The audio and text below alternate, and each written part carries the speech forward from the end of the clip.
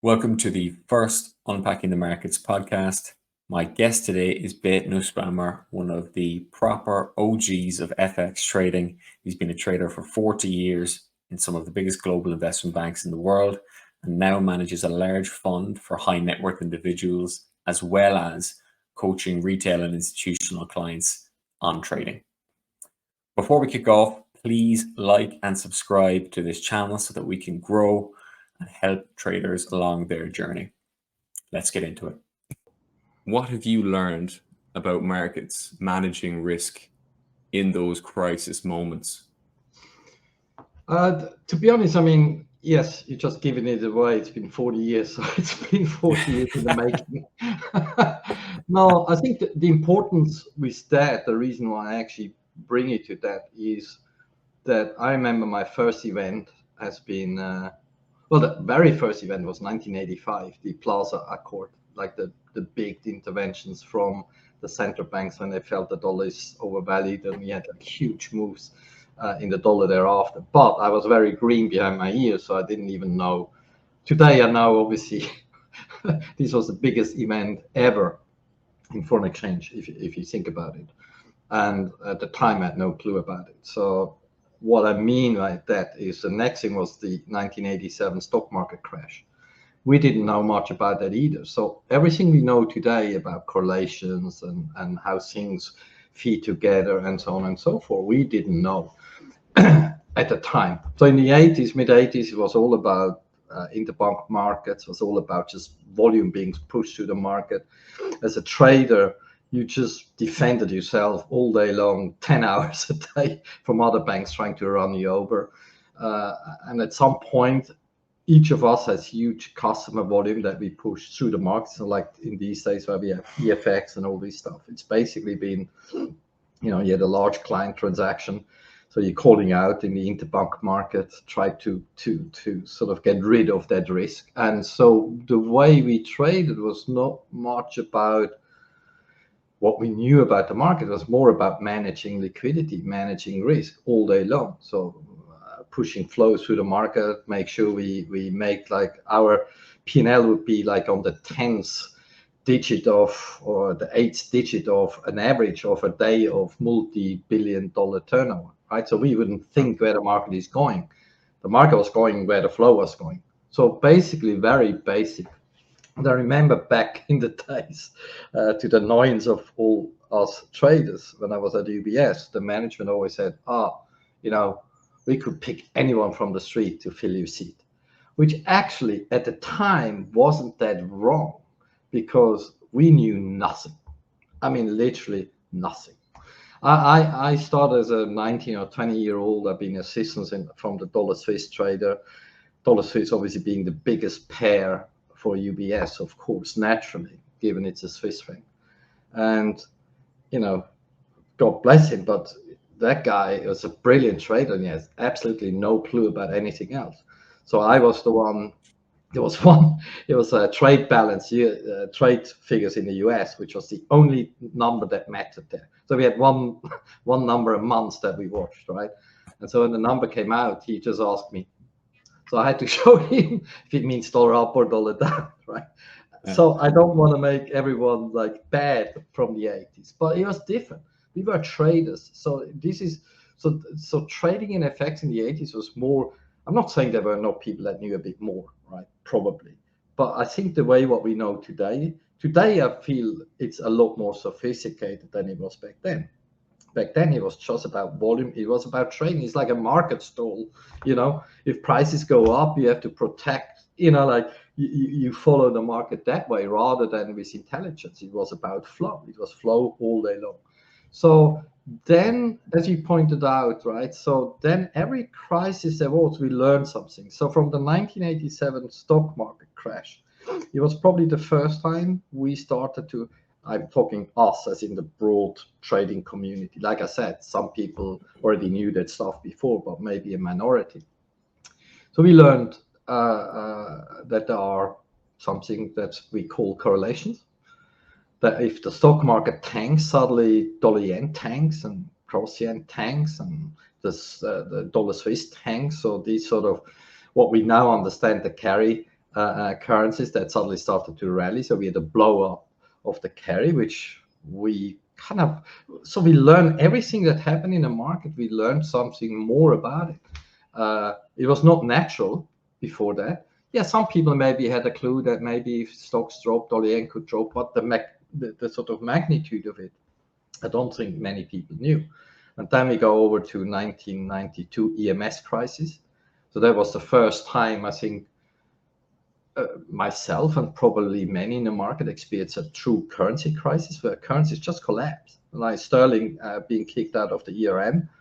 And I mean, that thing just moved 40%, the same like Italian lira, all the Club Med. So every crisis did teach you something. And obviously, like it is with every other job as well, everything, works on your experience, adds to your experience. Oh, this, oh, that, oh, this is important. Oh, we should watch this. So it's almost like a collection of events, as if you would read chapters or a little book about something that you start to digest and then know for the next thing. I remember I came to London, so I left UBS in 1997, just before the merger with Swiss Bank. And I came to London, and the plan was I set up a prop desk at Morgan Stanley. I arrived in August of 97. And that just was when the Asia blow up happened. So the Thai baht devalued. They had fixed exchange rate regimes. So this was the Asian currency crisis. And so Morgan Stanley thought like, oh, there's a guy, he sat through EMS crisis. So he knows all about currency crisis. I had no clue about emerging markets. I've never traded emerging markets up to that point. I had no clue about Asia. I just sat down and they asked me, Asian currency is a bit like prop, right? So you don't make like just markets all day long. It's about strategic, it's about risk management, blah, blah, blah, blah, blah. I go like, yeah, why not? Never wrong to learn something new ahead of the introduction of the euro in 1999. And the only knowledge I had when I sat down was, in a currency crisis, things move a lot further than you think. That's all I knew about it, right? And so it was. It just went absolutely bananas for like 6 months. I mean, I had some of my best time. There's many highlights, but this was one of the best times I had.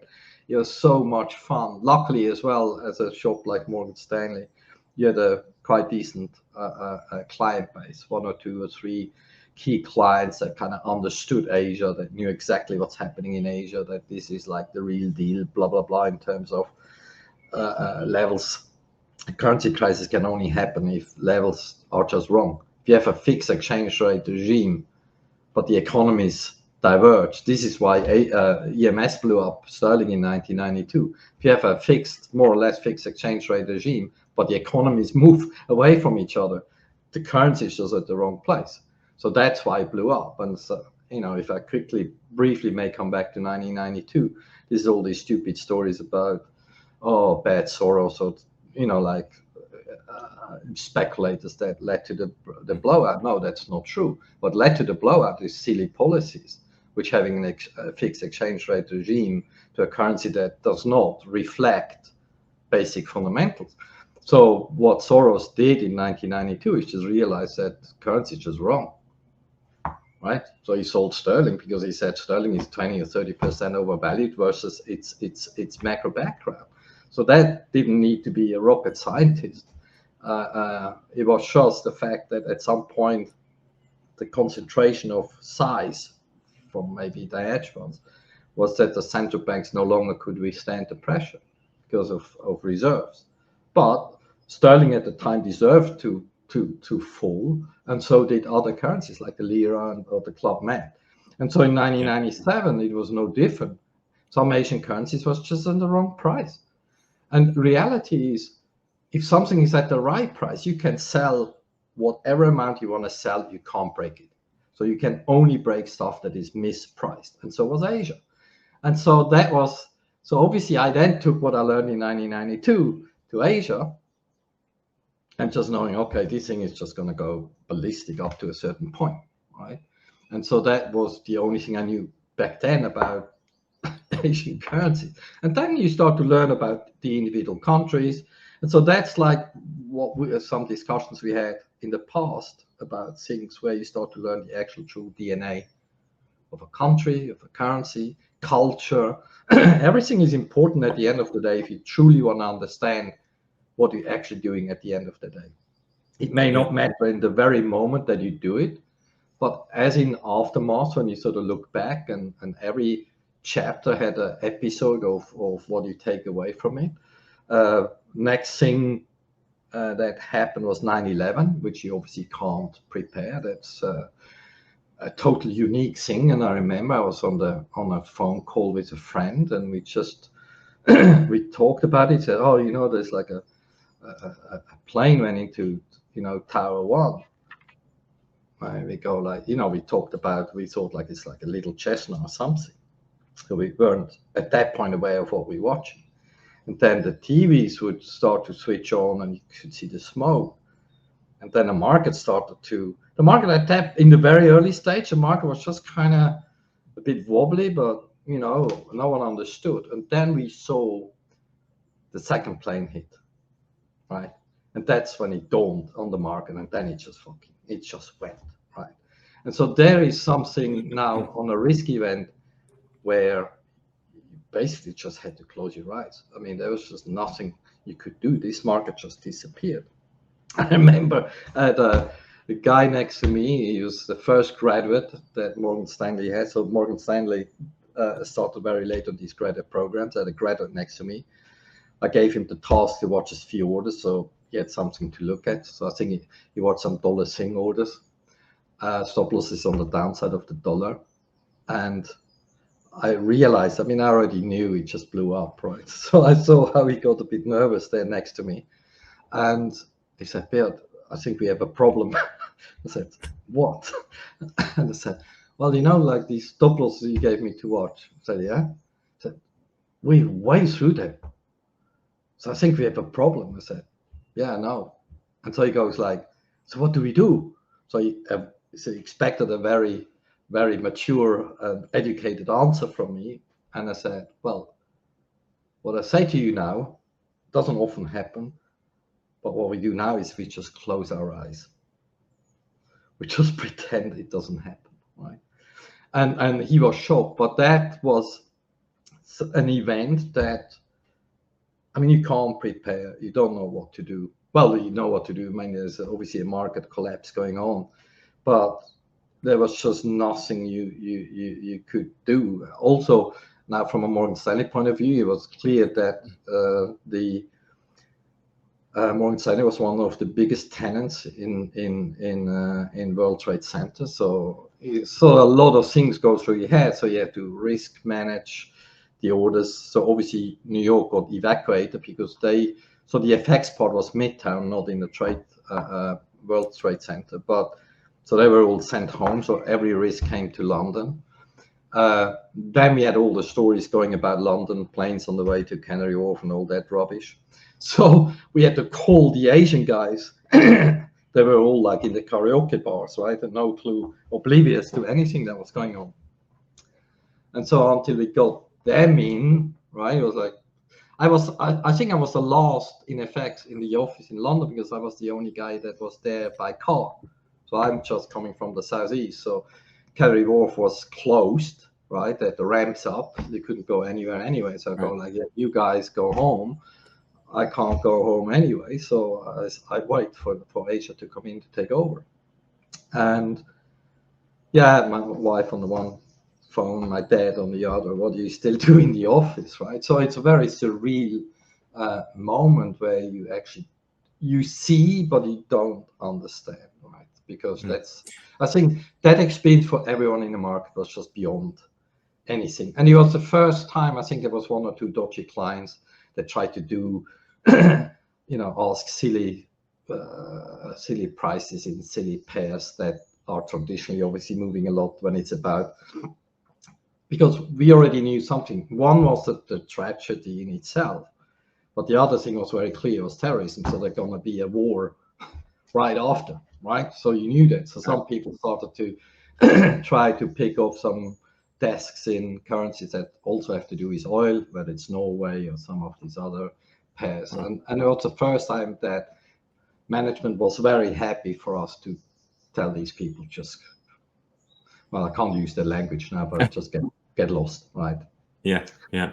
And Morgan Stanley was fantastic in the days afterwards, where they just said, listen, everyone who has too much stress because of people involved or family involved, just stay home, right? So it was a very, a very surreal moment. And so the reason I wanted to bring that story home is most of the time we have an answer. Most of the time, yeah, we do risk management. Oh, when it costs that much, we have to cut, blah, blah, blah. And sometimes there's markets where there's just nothing like that you can do, where you have to sit through something very horrible. But what and that was already maybe some of the experience I gained in the meantime, is there is an aftermath. So once the smoke starts to settle, things usually start to function again. So you just sit through, something you can't risk manage anyway. The other reason why I wanted to also bring that story home is, for a very long time after 9/11, it was almost a benchmark of risk.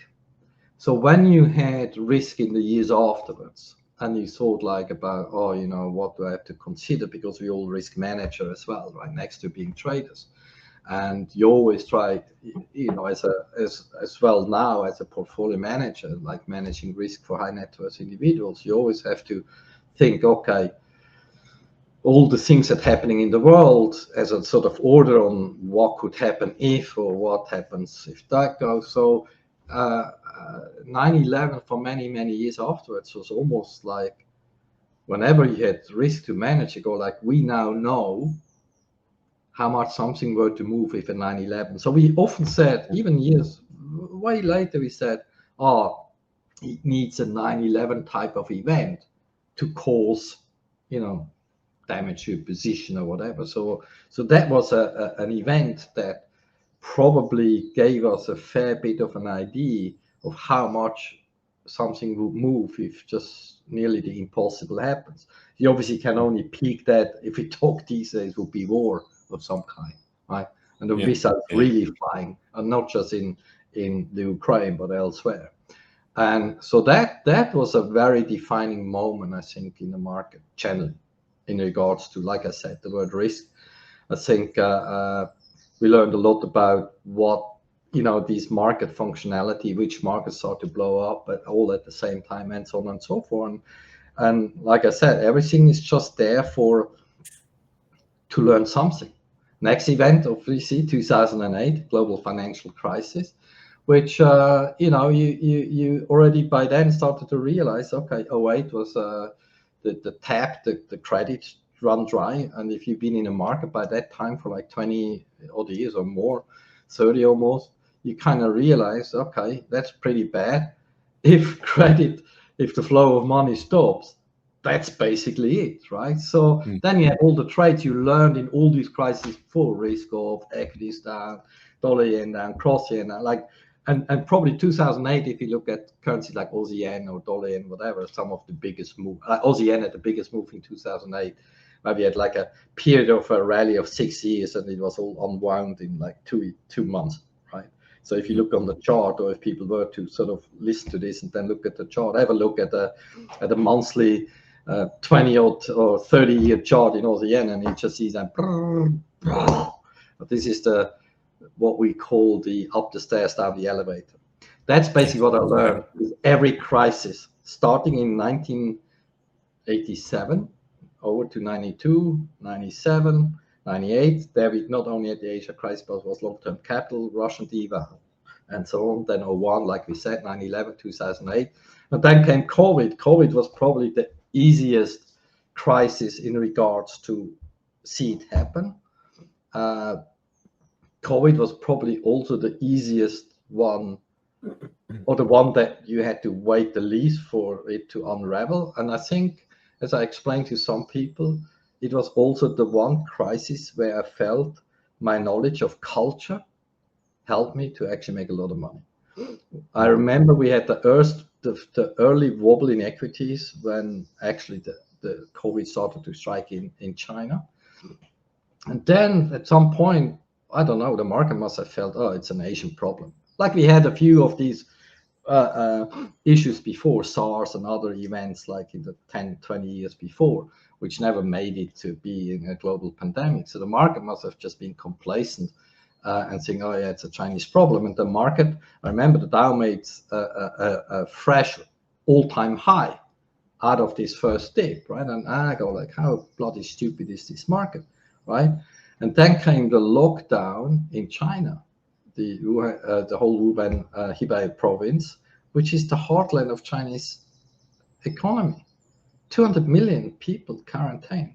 So now, and I say this now, and I hope I offend no one, but reality is Beijing is not very much known to care about its people, really. So when they locked down 200 million people and closed their economy, which is the most important thing ever, you kind of should realize there's a problem, right? And so that's the moment when I just started to go pretty much limit risk, like short risk, because China doesn't do this just for fun, right? And it then took Italy. I remember like it was yesterday when we started to see the pictures in Italy, because Italy was the first one to really get badly hit outside from China, or at least in the Western world, is when the market started to realize, oh, we have a problem. And actually we have a global problem. That's when the market just started to collapse. So markets, on the charts is a bit harder to see because the market is so high up that in terms of visuality, it's like when I show a monthly chart back to 1985 in the Dow, and you hardly can see the 1987 stock crash. Yeah, obviously it was like the level was like at 1500 and I'm like at 40K. So if I show the chart, someone goes, what are you talking about 1987? It's like nothing, right? But you forget that this little bit was about 50%, right? Of course, you can't see it now when we're at 40K, right? So when you look at it, the equity market was actually tanking quite a bit. And this is something we sometimes spoke together already before. This is where the market is so different to, or the market today is so different from the market in the past that I got to know, which is a market that is based on a lot of electronics, algorithm, quants, blah, blah, blah, blah, blah. Not that many human traders anymore, because the market used to be very good in pricing in risk. They saw something happening, go like, oh, I don't like it. Okay, it doesn't mean like you have to go, as a trader, you may go short, but as an investor, you maybe just cut risk. So you go from, I don't know, limit long equities to maybe 80% long equities. I mean, we know these portfolios are not just getting cleaned out, so they just get managed. But there's nothing. It's like new highs, everything is good, who cares?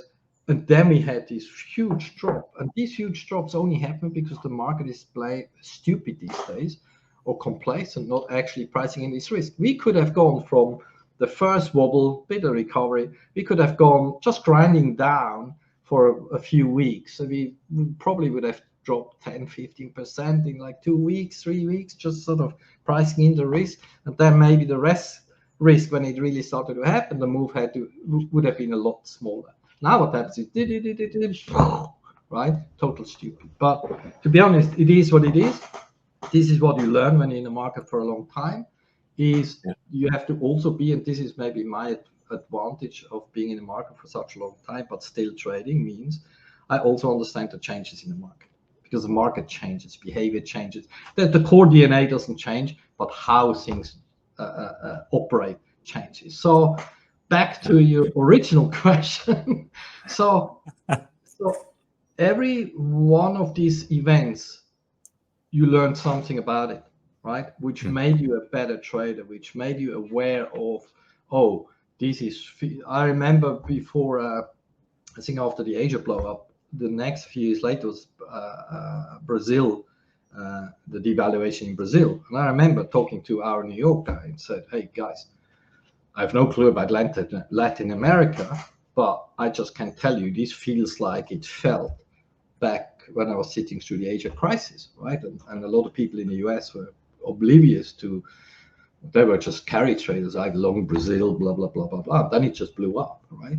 So you can, there's almost like a handwrite, there's a DNA that you just sense. When you run through such events, you start to smell it.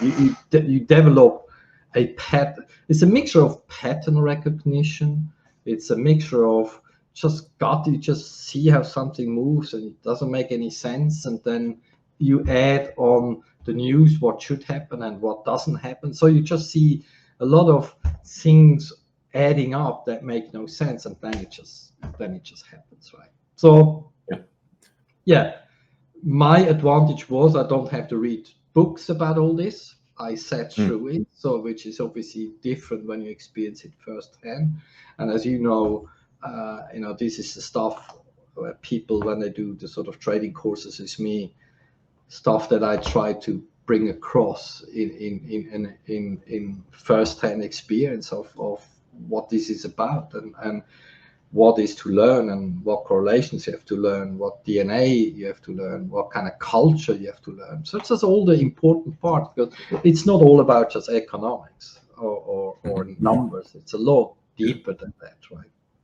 Which is a great segue into what I wanted to follow up with, which is, I guess, because when you were talking there, you can see how many moving parts there are in the market, right? It's like there's just so much going on. So for a newer trader or a newer person trying to come and understand the markets that may not have or want to wait 40 years to go through every crisis, right? How can someone start to, I guess, to learn about what the market is and what it isn't? Because you touched on economics there, and maybe I think I remember, maybe not you, but someone else saying when they had graduates on the trading floor, they used to say, forget everything you know about economics. This is different. What I'm going to tell you. I thought we did actually as well. Yeah, maybe someone else as well. I knew that, but I wasn't sure if you wanted to disclose that.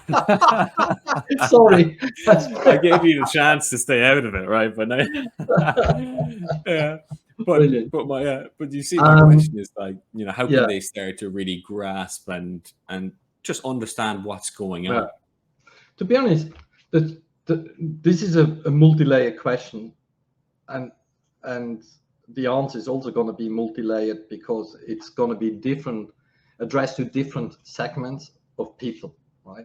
Mm-hmm. If you talk about a retail trader, which, as you know, 70% of people that look for my help are usually advanced retail traders, people that tried it, didn't work, and realize, it's actually a bit harder than they expected, which is normal, right?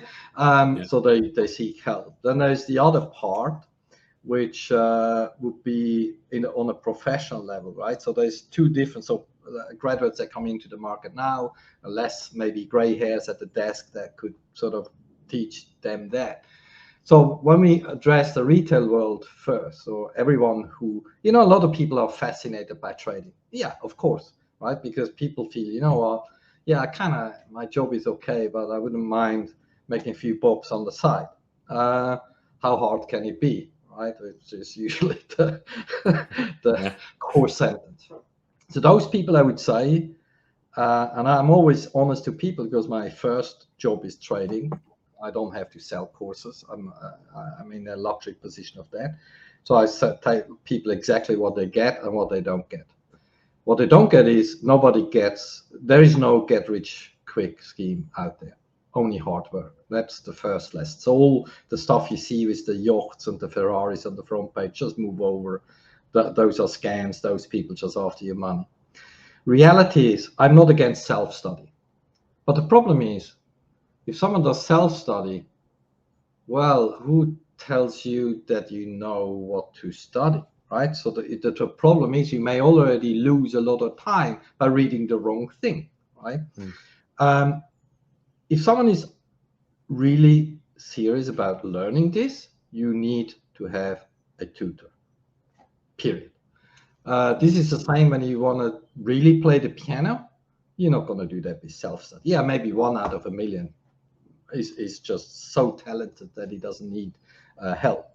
If you want to be a sports person, I'm a big tennis fan. If you want to play at a certain level of tennis, you need a tennis coach. Sorry, It just doesn't work other than that. Well, we're not talking the total pros, which now have nutritionists and this and that. I mean, they travel with teams of 10 people or whatever. So that's a different level. But what I mean is what do you need as a retail trader when you come into this world? You need someone who just, in a nutshell, can tell you where to focus, right?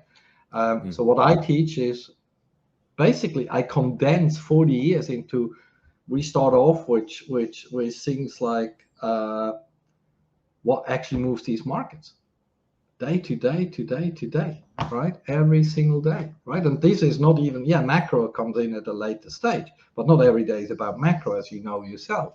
So there's so everything out of these 40 years, correlations, carry, like there's so much which actually we know, okay, if this happens, that happens, if that happens, that happens. So we have a lot of tricks up our sleeves, but it's not just tricks, it's actually, that's how the market moves. That's why the market moves and how the market moves.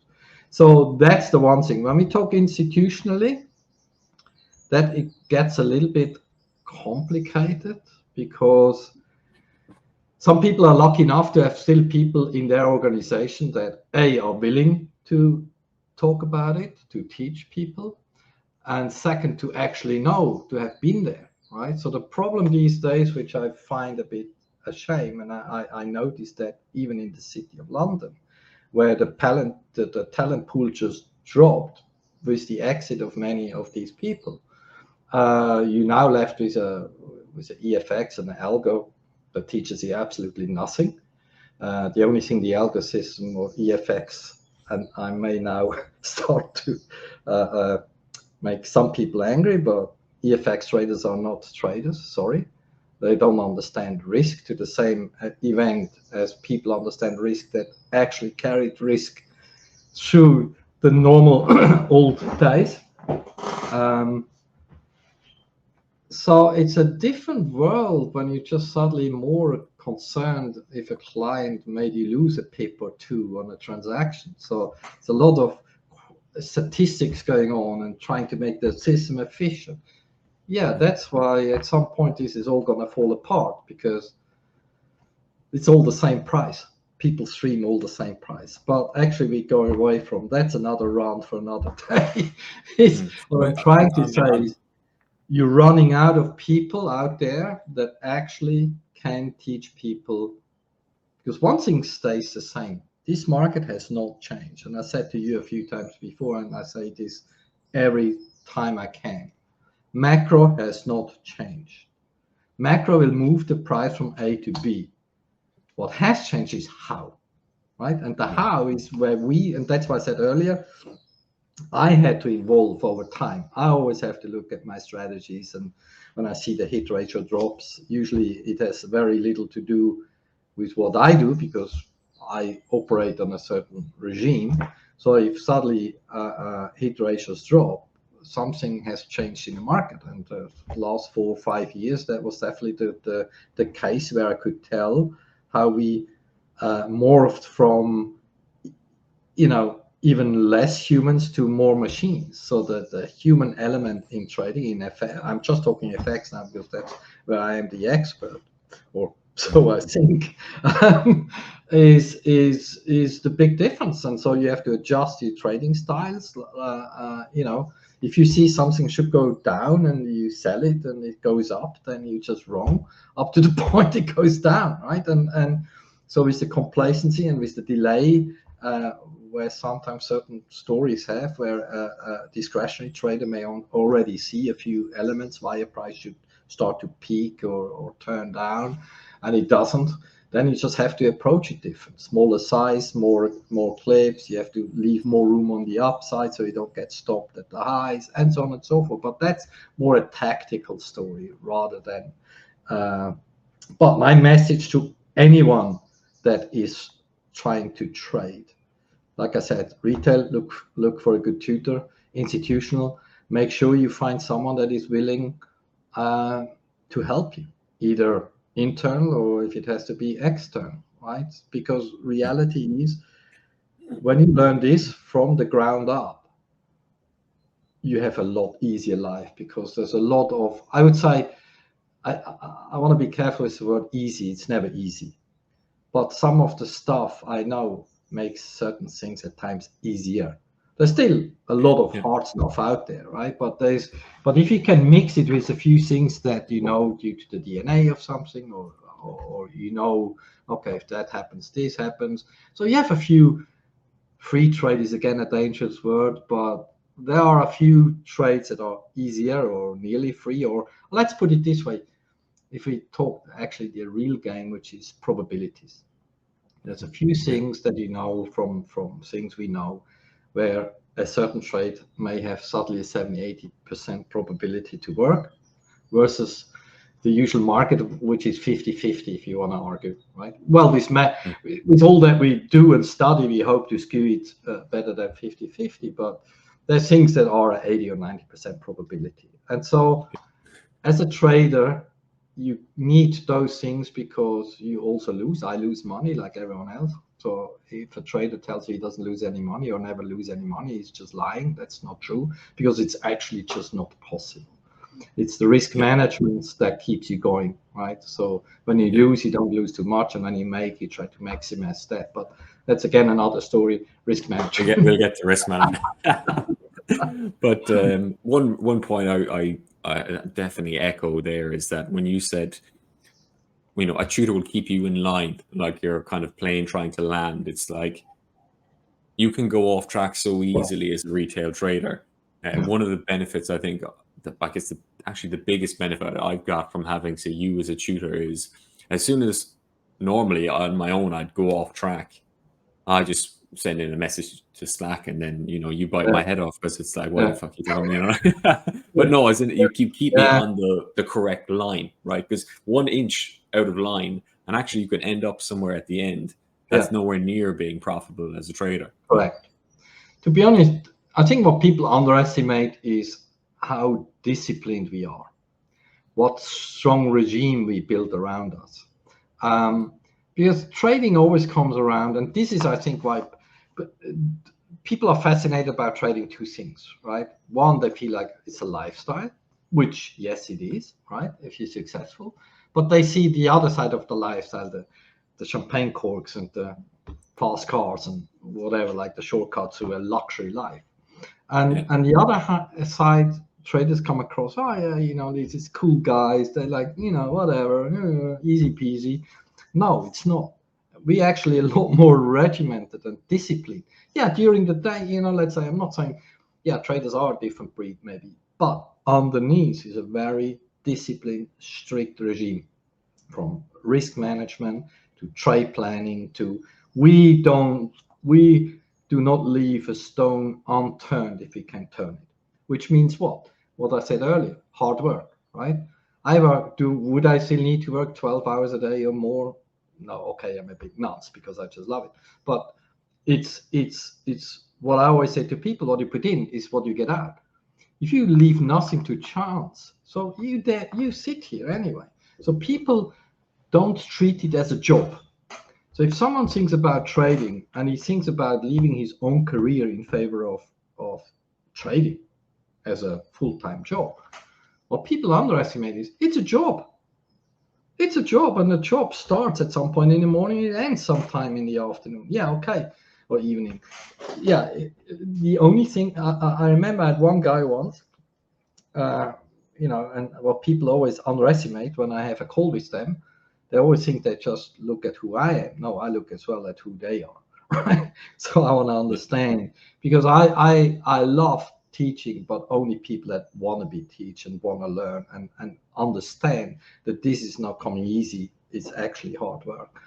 And because if people think it's like a quick story, then they're always going to be disappointed, because you have to put, you know that for yourself, how much you have to put in as well. Yeah, you get told a lot, but you have to make it work, not me. I can't be in your head to do it for you, right? And so everyone has to be ready to learn, but then put it into work and keep it up, right? And that needs quite a bit of metal.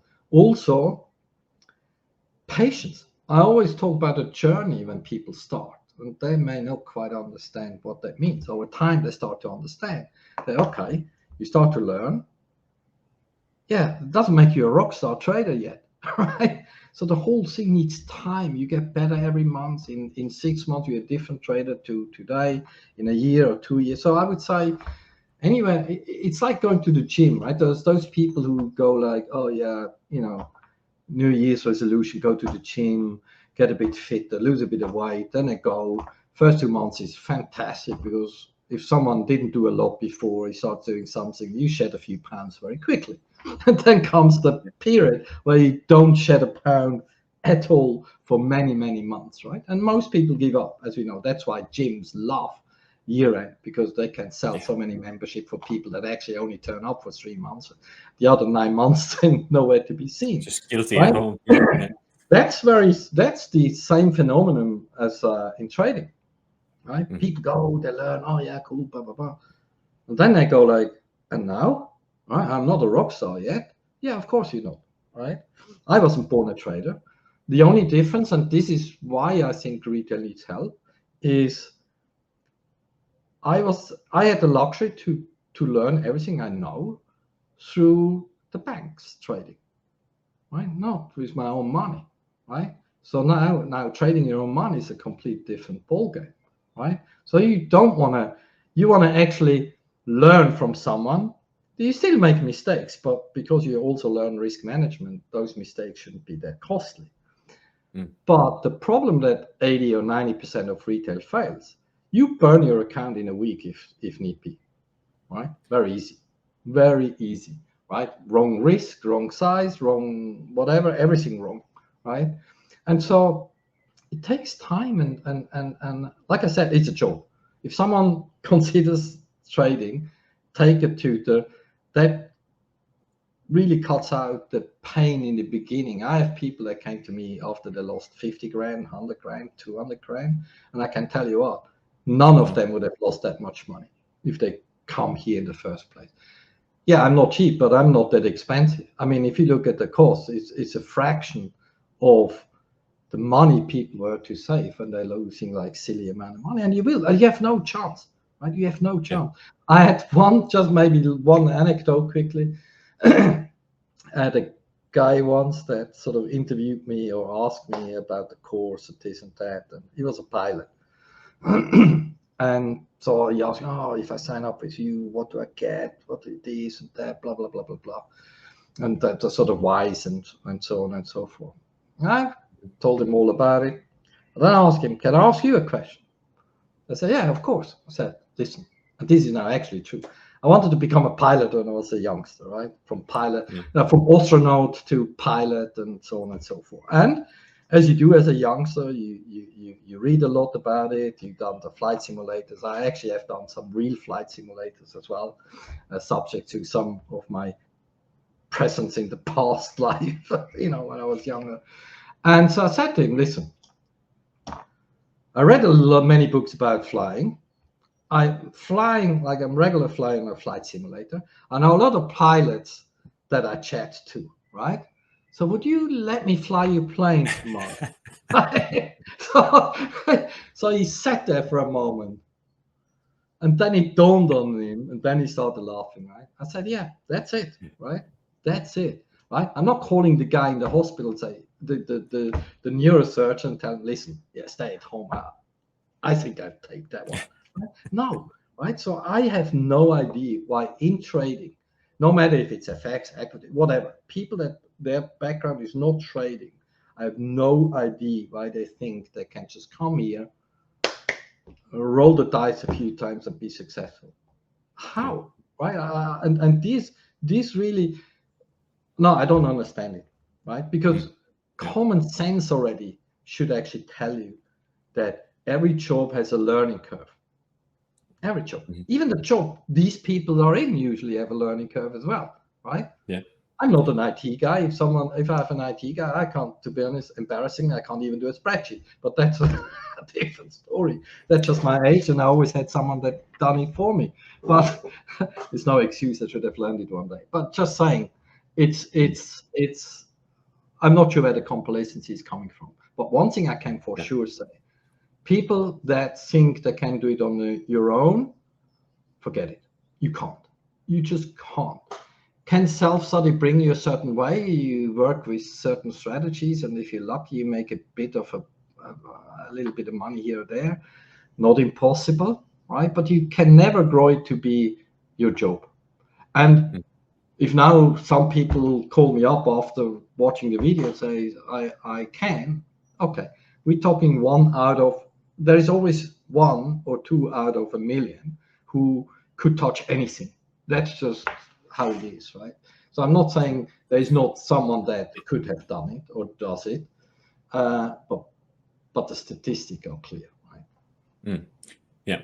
And in that, you mentioned, and to divert a little bit towards macro, right? And in FX markets, you said macro is still and will always be what moves price from X to Y. But you don't just talk about macro, right? You talk about something called tradable macro. Yeah. So what is tradable macro? Yeah. How much time do you have? No, it's so. Yeah, I usually try to explain it to people. I say tradable macro. I gave it another name, which I just call it narrative, really, usually. So everything, like everything has sort of a broader idea where it's about going to go, right? This is what banks try with their forecasts. Oh, we expect that many cuts. We expect the dollar to go there, blah, blah, blah, blah, blah. But literally every bank, and this is no disrespect, that's just how the game works. Every bank has to come out every 3 months to adjust their levels because, quite honestly, either they can't be reached or they were wrong and we gone the other way. So it's very hard. You can have the broad view. Yeah, we have the broad ideas about what the Fed is going to do, the ECB, and that's probably the underlayer of what I call it. You may have create a bias of being bullish or bearish something by the outlook for the year.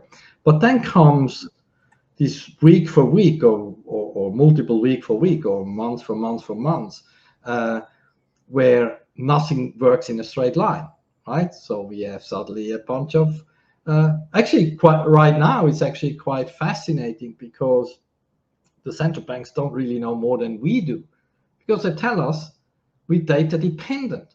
So what does that mean? The data is zigzag, right? So you can be bullish as much as you want. If you get a set of weaker data for a few weeks, the market is going to go down, right? You can be bullish as much as you want if the data is speaking a different language. So tradable macro really means we're going from data point to data point to data point. If we're lucky enough and the data point develops in a non-flip-floppy way, so creating a general trend, yeah, then our core view is okay, right? So our macro view and the more shorter-term views match. But what you have is suddenly like right now, inflation is obviously one of the hot topics all the time. How many cuts do we get? We flip-flop from 3 to 2 to 1 to none to 1 to 2. Maybe people could look at the euro, for example, in 2023. The euro was more or less in the 105, 110 range. Why? Because the story is about the same in the US as it is in Europe. Some weaker data, some stronger data, more cuts, less cuts. Every week with the data set is like, oh no, it's not 2 cuts, it's 1.5 cuts. We flip-flop. So that means what? If you just buy a euro at 105 and wait all year, you're getting nowhere.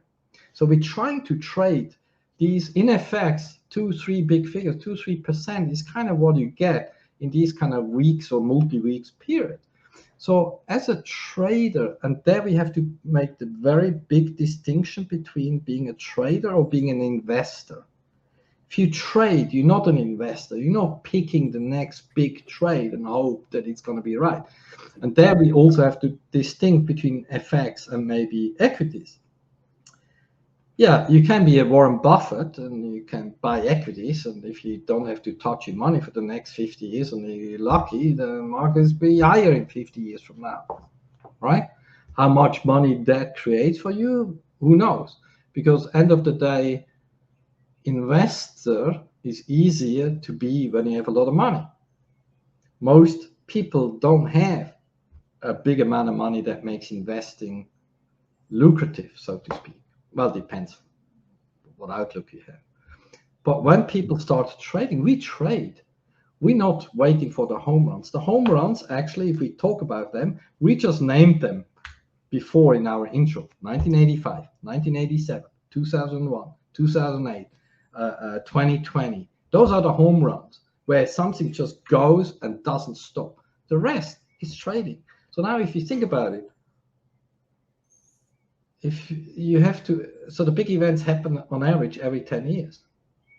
It's a lot of time you waste to try to have a home run. So we trade. So when we see, okay, we bearish dollar, let's say, and we have a few weaker data set, okay, so we trade the dollar for the dollar downside for like a week, for 2 weeks, for a month, for 2 months. We don't know at that point how long that's going to last. And as the data shifts, we readjust. So what tradable macro means, or trading the narrative as I call it, is we're very close to the pulse. We're very close to the changes, right? So we trade, like I said, we had a stickier data months ago on the inflation side in the US, so the dollar rallied, blah, blah, blah, blah, blah. And now suddenly we got softer data, more benign CPI, more benign PCE. Some of the data started to kind of disappoint a little bit. Yeah, suddenly we have like, so that dollar up started to shift to dollar down, and the dollar down will stay until we were to suddenly get, we have ISM today, we have, manufacturer ISM today, service ISM on Wednesday, we have payrolls on Friday, so we have a big data week, for example, this week. So the dollar is approaching these events more a bit on the softer side. Yeah, if the data all comes stronger, okay, maybe the multi-week dollar down is over and we go into a multi-week dollar up until the data gets soft again. So tradable macro means we're very close to the pulse. We understand these very small shifts where something is suddenly priced, and that stuff needs a lot of experience. That's what people learn, is to start to understand, okay, let's say you know yourself, you watch the markets, 108.90, 109 just seems to be the level right now. And for the euro to break there, we need fresh, weak data. Otherwise, we're just going to stay in the range. We have ECB on Thursday as well, which we're now going to cut rates. That we already know, that's already priced. And now we want to see what do they say. Like forward guidance, how many more cuts can we expect? Right now is a second cut is probably priced more in autumn. So it's these changes that we after. That's why, like when you man chat rooms, you see our focus on these events to try to read out where is the. So I explained always the needle, right? Down, up, right? So we trying to be, with all the work we do on the macro side, we're not just saying, oh yeah, we think this is going there in like 18 months. Who cares, right? Because in 18 months we might not be there. And if you depend on income, making money in trading to have an income, you definitely can't wait 18 months to see if you were right or wrong. Because if you were wrong, you have a problem, right? You haven't made any money for 1 year or a year and a half. So what we do in the tradable macro, yes, we may have a bias, a broader bias, and with the short-term adjustments on data. So everything is from data. Everything I do is from data at the end of the day. But I understand chart levels very well. I understand, I call it risk-reward levels very well. And I understand, and this obviously comes with experience, I understand what kind of move I would expect from certain things that now happen in last week, for example, and the new levels we reach. And I understand what is needed from here on, and that's the key. What is we need from here on to shift that needle? Because one last thing I want to say to this is, and this is also going into a little bit into tradable macro, is I'm a big believer in the efficiency of the market. That means every price you see is the perfect price, right? Because everything we know up to this point should be in the price, because the market had time to adjust. Whether we agree with that price level, which in the yen I would disagree with that, but that's a heck of another topic. But generally, from a day-to-day, week-to-week perspective, everything should be in the price. So where should our focus be on our work? Our focus should be on how we expect the data to change. The next data, or the next key data, not like tier 2, tier 3 data, the next prime data. Why? Because the market will then adjust to the change. right?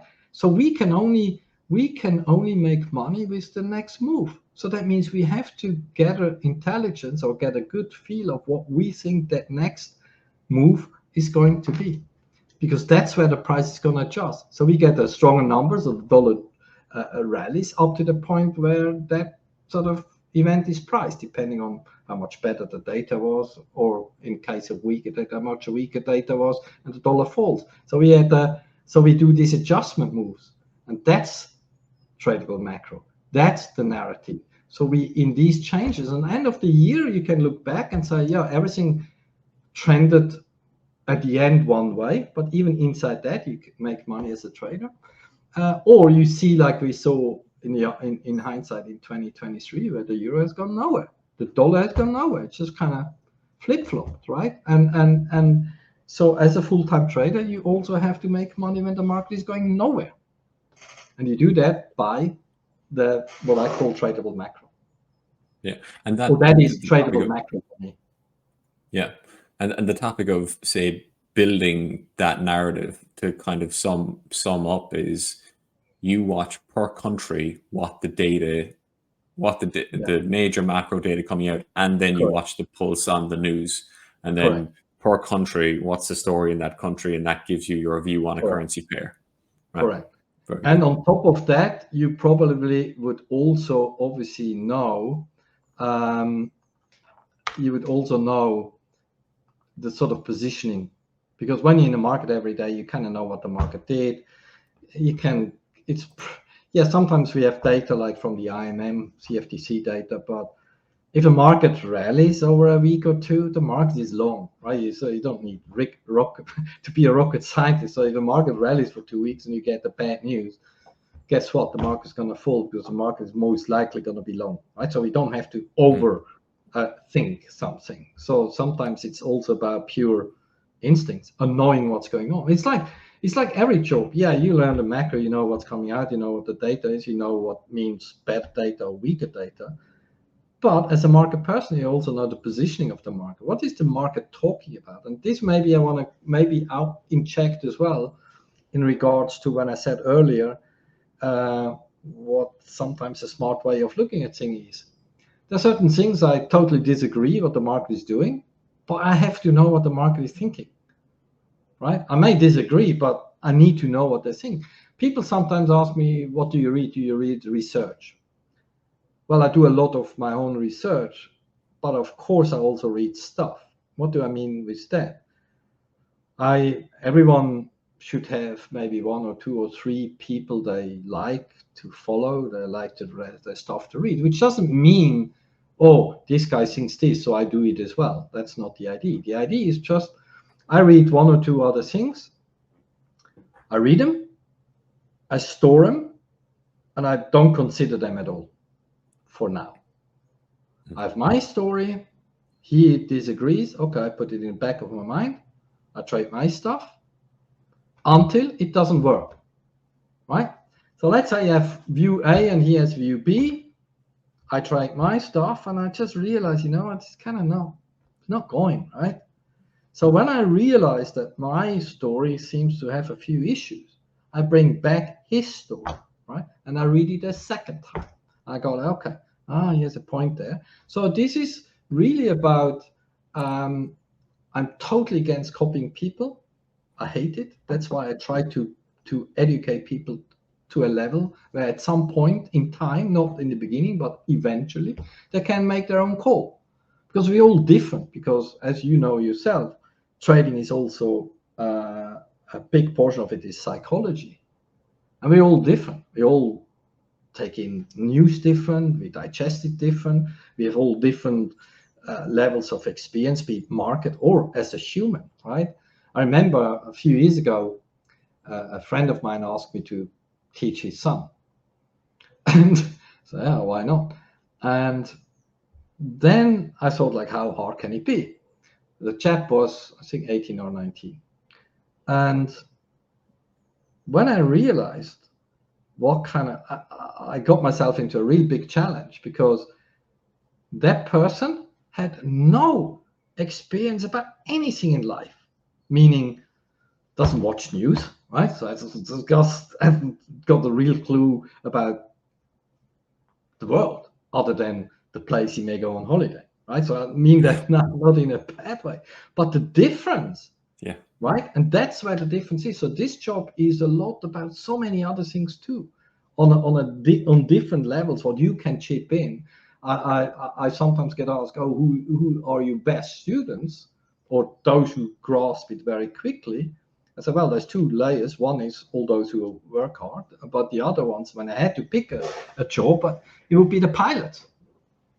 Why? Because they bring something to the job as traders that they are familiar with from their own job. They're risk managers as well, right? They go through a bloody handbook before they start the engine, right? They have, when we talk correlations, when we watch the whole market, so as an FX trader, I'm watching equities, I'm watching bonds, I'm watching credit, I'm watching commodities. I mean, there's nothing I don't watch, right? Well, they're used to that. They have a cockpit full of bloody lamps, right? And they know, oh, if that one goes yellow, it's not so good, right? And if that one goes red, it's pretty bad, right? So they're used to kind of observe, right? So they're very good observants. They usually very sharp, right? And they understand risk reward, right? So they bring some jobs bring something to the table as a trader because underlying they have similar things they have to, or it's on a similar level on some degree, right? Which has to do with emotions, with character, like all the things that is not about topics in trading, all the other things, because you need to bring two different talents, so to speak, to this job, right? Not just you can learn everything there is to learn, and if you have a problem on the psychology side, you're a horrible trader. Yeah. Right. If you don't understand that side of it. Yeah, and you touched on a little bit there when you mentioned what the market is thinking and listening to the market, watching all asset classes. Can you expand a little bit on how you do that and how it impacts your FX trading? Because that was something that was new for me. I know you say the pilot is a good analogy for someone that does that, but maybe it's just FX traders that seem to always watch everything. And obviously it's because of correlation, but I know it's a big thing in your own trading. Yeah. To be honest, you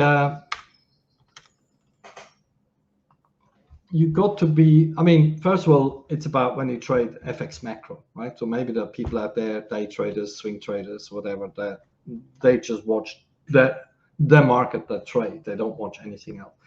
Here we talk about the macro trader who tries to make his living based on various factors, considering macro, considering charts.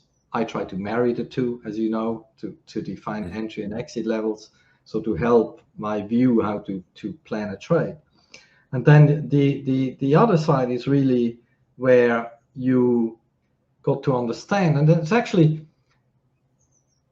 other asset classes influence foreign exchange markets, because every market, so the whole thing is connected to each other. There's no standalone market. Yeah, there's some that matter less and some that matter more. So I'm not saying every market matters to the T, but they matter at some point in their cycle. Maybe a little example, 2008 global financial crisis. It's obviously a credit crisis. I have no clue about credit. Zero, zip. So from 1984 to 2007, I needed to know nothing about credit because it didn't matter.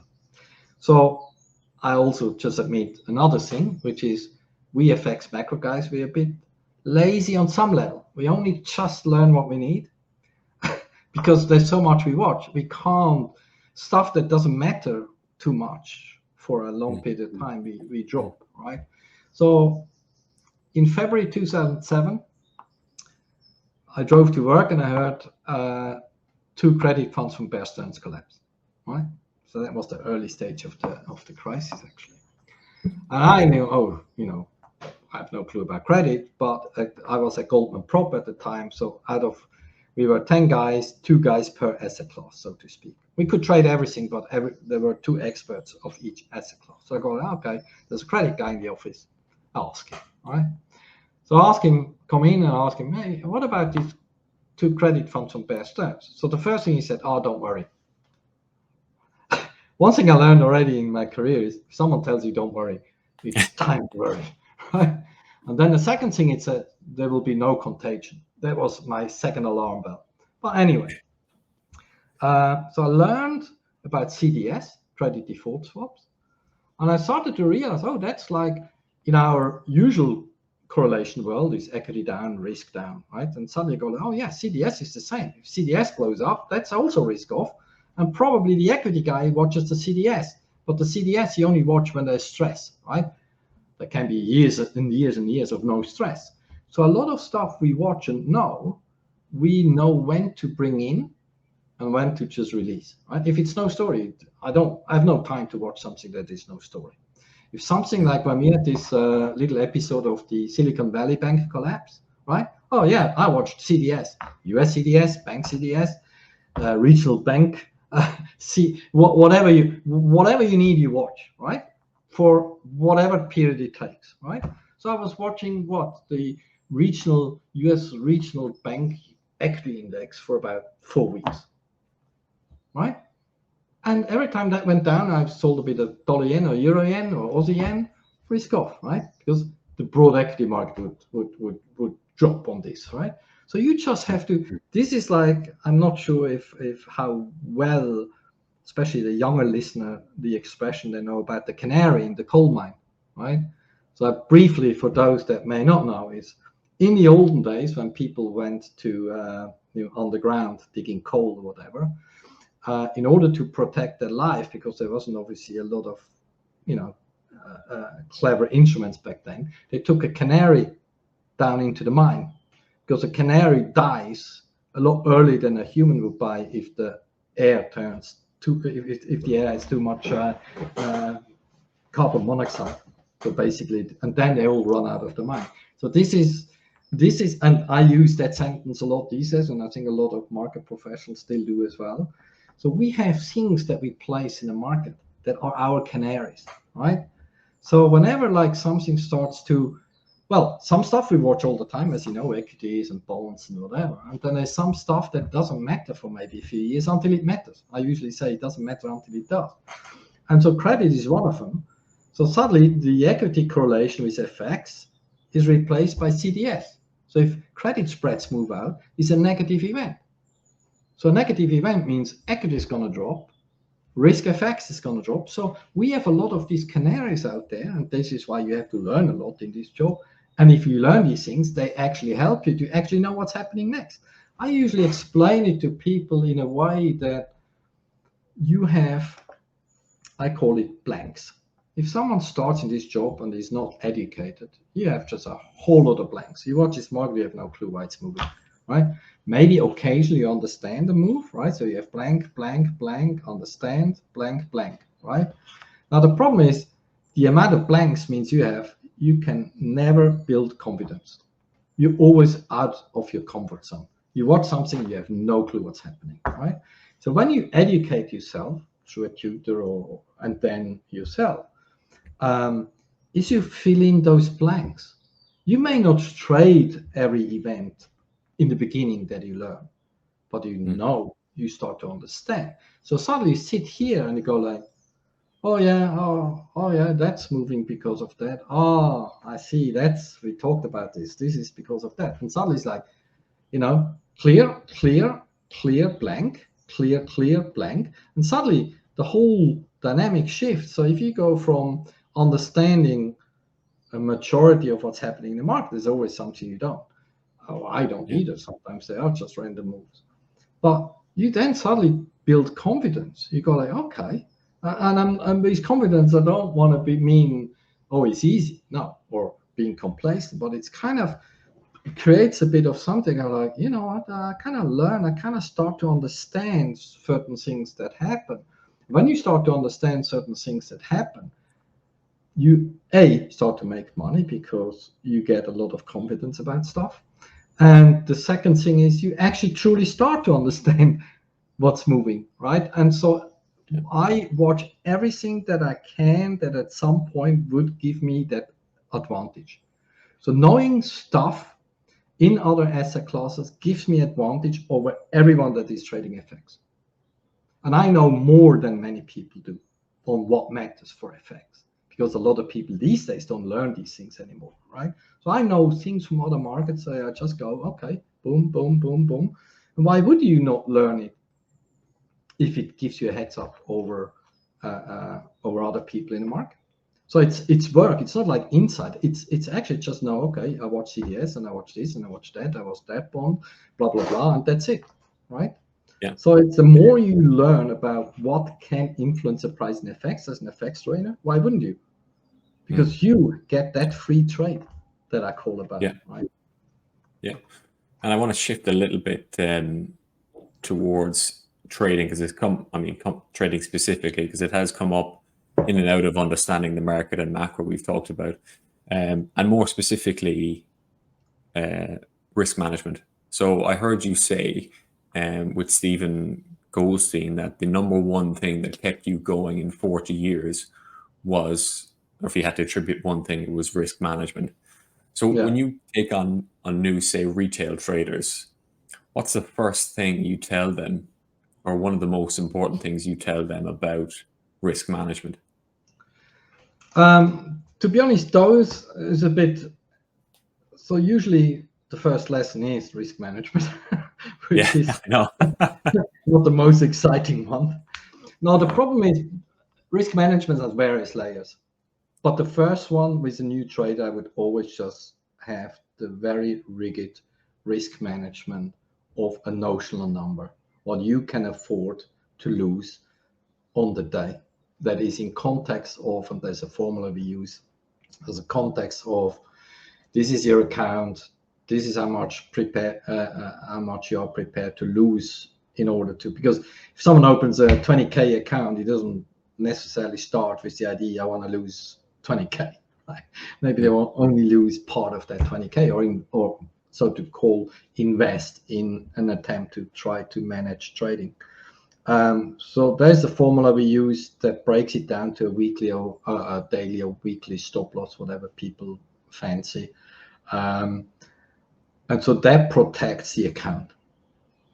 From there on, when we go into the real trading, there's like all these other layers. So there's like 5, 7, 8 different layers of risk management, but you can only introduce them once they understand trading. Because there's a lot of smart layers of trading to know when to put the foot down, when to put the foot off, to understand. Sometimes I have trades where I just know what's going to happen because of the correlation that I understand. This is now one of these 80 or 90% probability trades. Yeah, you would be stupid not to have more risk. While a trade that is less clear, you have less risk. So it's a lot of, but at the start, for most retail, it's about to secure the account.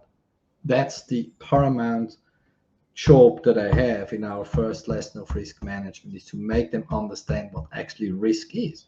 What is risk? And what is the right size of position? And the right size of position is so that you can stick to a daily stop loss. That's the right size, right? Because most retail traders, not only do they don't know about risk management, they're always too big, right? So there's a wrong connection between the size of what they trade versus the underlying size of their account. That's why they burn the account very quickly. And that brings me to that problem that is the problem in retail, which is retail accounts are therefore always underfunded, and that's a problem. So if you have a 10K account and you lose 7, you add 3, that's it, right? Because you don't get back to, you lost too much, right? So in order to just get back to 10K, you would start to take a lot more risk. You need to be much better. I'm not saying it's impossible, but the problem is you have to make sure that you don't lose 70% of your account in the first place, right? Because there's no comeback. Most people do, right? Yeah, there's no comeback, right?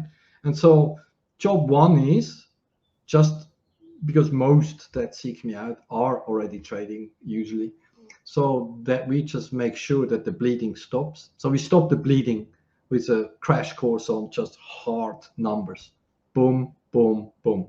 And then through the course, when I actually add the knowledge, then I introduce them to these more smarter ways of risk management.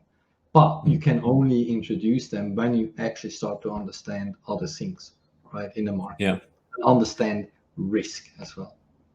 Yeah, because you have quite an interesting approach in marrying psychology a bit with risk management. So I know you said there was a number of layers. I think one of those layers for retail traders, or one I've found quite helpful, is trade planning. So Yeah. can you talk a little bit about why you trade plan and how it impacts your psychology a little bit? Yeah, to be honest, it's actually, we can sort of sum it up very quickly because the actual session about it goes a lot longer. But the reality is you can only be uncomfortable with something you don't know. That's basically in a nutshell. So when you trade plan, you know what you're doing, you know the costs before you actually doing, right? So before you have the risk, you know the cost. If the cost is too big, okay, you have to cut your size. Very simple, to the level that you're comfortable with.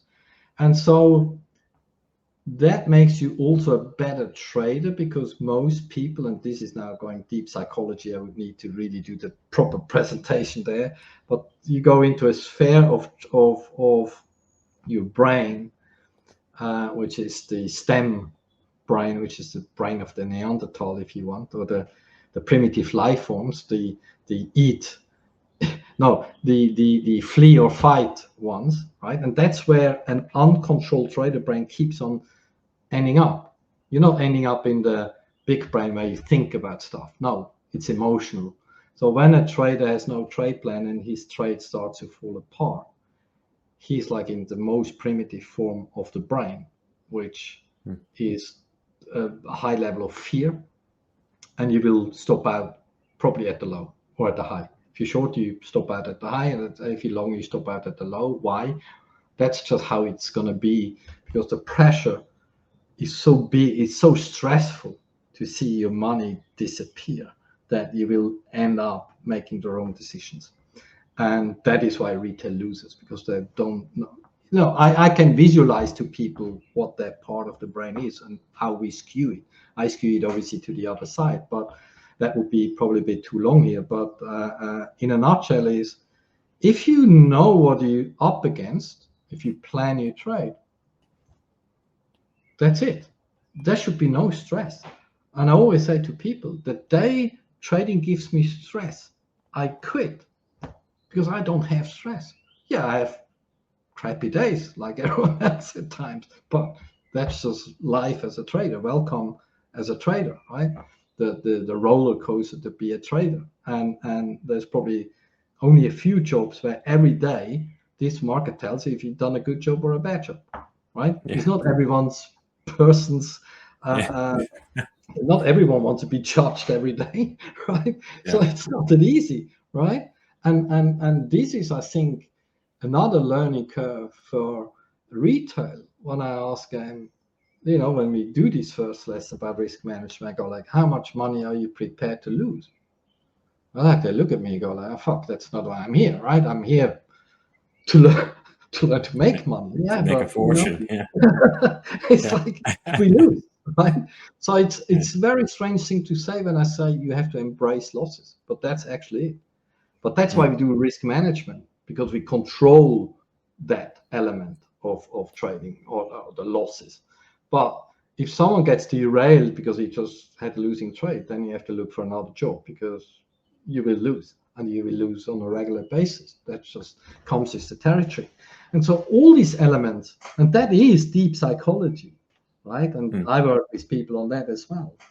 And I always say to people, never fear when we start to look into your soul, because it's not about what we find. It's just when we identify things that need to be addressed. There can be trigger shyness. There can just be elements that irritate people in trading.